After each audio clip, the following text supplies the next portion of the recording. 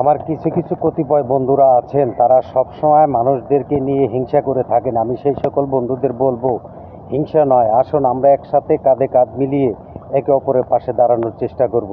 তার কারণ হলো যে দেখা গেছে আপনি যখন হিংসা করবেন, একটি সময় দেখবেন আপনাকে কেউ না কেউ হিংসা করবে।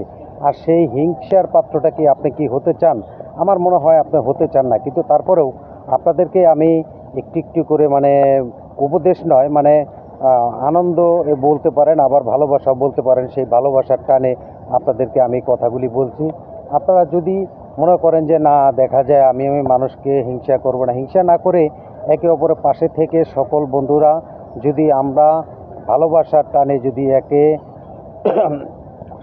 আত্মীয় স্বজন বলেন, আদার্স বন্ধু বান্ধব যারাই আছি আমরা, দেখা গেছে আমরা হিংসার পাত্র হয়ে না থেকে আমরা যদি সকলের পাশে দাঁড়ানোর চেষ্টা করি, তাহলে দেখা গেছে একটি সময় হয়তো দেখা গেছে আপনার কাছে সেই আনন্দ মুহূর্তটা কিন্তু একটু ভালো লাগবে।